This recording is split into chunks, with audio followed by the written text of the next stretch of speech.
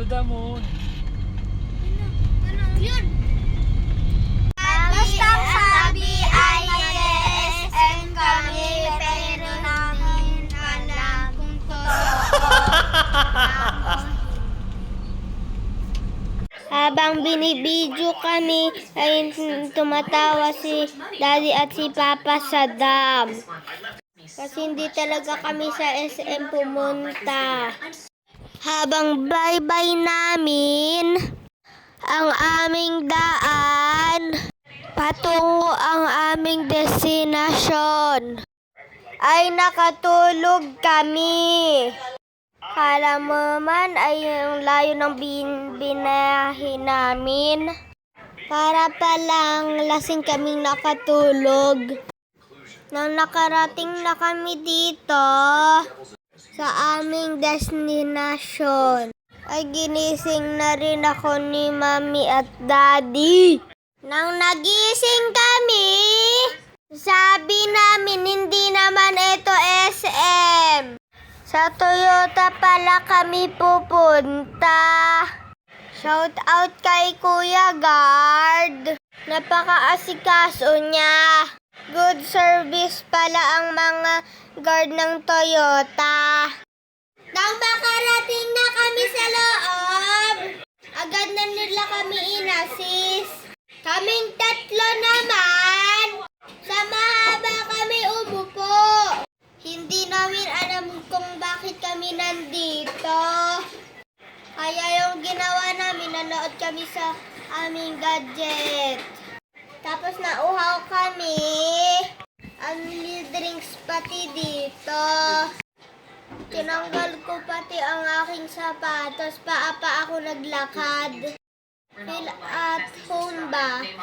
Nang nakakuha na kami ng aming drinks, nakapunta na kami sa aming upuan.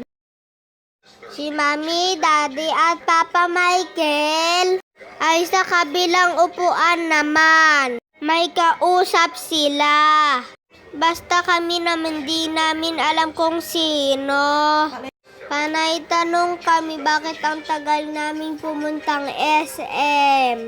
Nakadalawang balik pala ako dyan kumuha ng drinks. Masarap kasi ang kanilang juice. Nang magutom kami, nagpabili na rin kami ng pagkain. Sila Ate Kim at Tatiana, dahil iisa na lang yung pastang available, nag-share na lang sila. Tapos ako naman, ay cake aking in-order. Nung nakapag-order na kami, bumalik na kami sa aming upuan.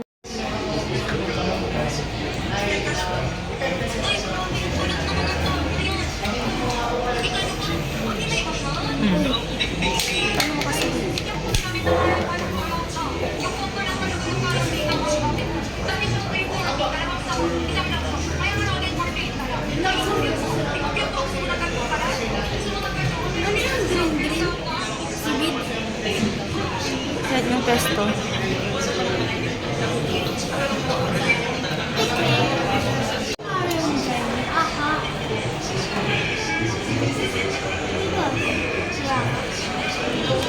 Ano, gusto mo? Gusto mo ganyan, Sen? Nung naubos namin, bumili ulit kami ng cookies.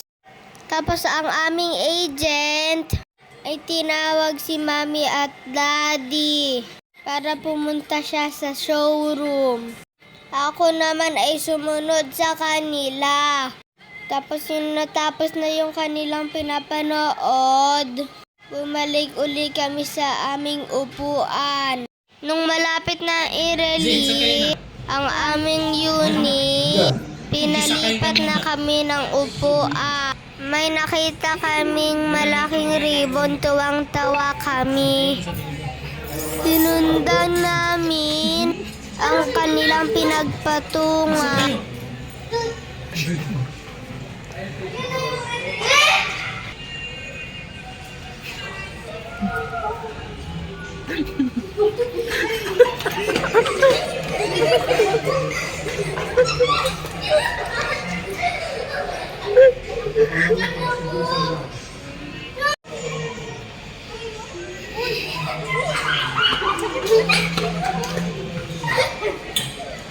Pag may tumitingin sa amin ay tumatakbo kami baka kasi pagalitan kami. Pinalabas na kami ng agent para tignan ang unit. Pero hindi namin alam na sa amin pala ang sasakyan. Sabi ni Mami at Daddy, gusto ko bang hiramin ang sasakyan? Yung pala, kaya laging lumalabas sila Mami at Daddy. Ga-apply pala sila, Carlo. Kinuha pa namin yung malaking susi. Binuhat-buhat namin. Pinahawak ko pa kay Mami yung tumbler ko para mahawakan ko rin. Diyos ako, bakit ang laki ng susi? Para saan yun?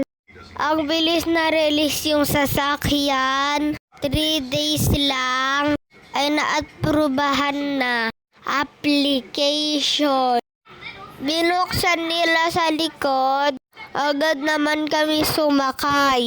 Nakasunod-sunod kami sa kanila. Pinagalitan pa kami ni Daddy kasi ang kulit namin. Sumakay pa kami sa loob. Yung sa harap yung pinakita ng agent ay pinababa kami ni Daddy. Lumipat kami sa likod. Nung nakasakay na kami, ayaw na naming bumaba. Sinaraduhan na rin kami ni Atiana. Tapos yung binuksan uli, sumakay siya. Pinababa kami para pumunta na kami sa malaking susi. Nawa ko pang gitara. Kaya tawang-tawa sila sa amin. Thank you nga pala sa agent na si Sir Jefferson Fuentes. Pwede nyo po i-contact ang aming agent. Ang bilis niya mag-process. Ang bilis niya mag-process. Kala nyo, for 3 days releasing na agad. Tapos sabi ni Mami at Daddy, sakay na daw kami. Nagulat kami, biglang inandar ni Daddy. Hindi namin alam na sa amin na pala. So, ito na nga, nakuha na namin ang sasakyan. Siyempre, kaming tatlong makulit. Gusto muna namin mag-McDo muna bago umuwi. Kaso ang layo naman ang aming McDo. Nakarating pa kami sa Pagbilao. Habang nagpapark si Daddy at si Papa Michael, nagpicture pa kami. Hanggang dito na tayo kakabisat, masyado nang mahaba.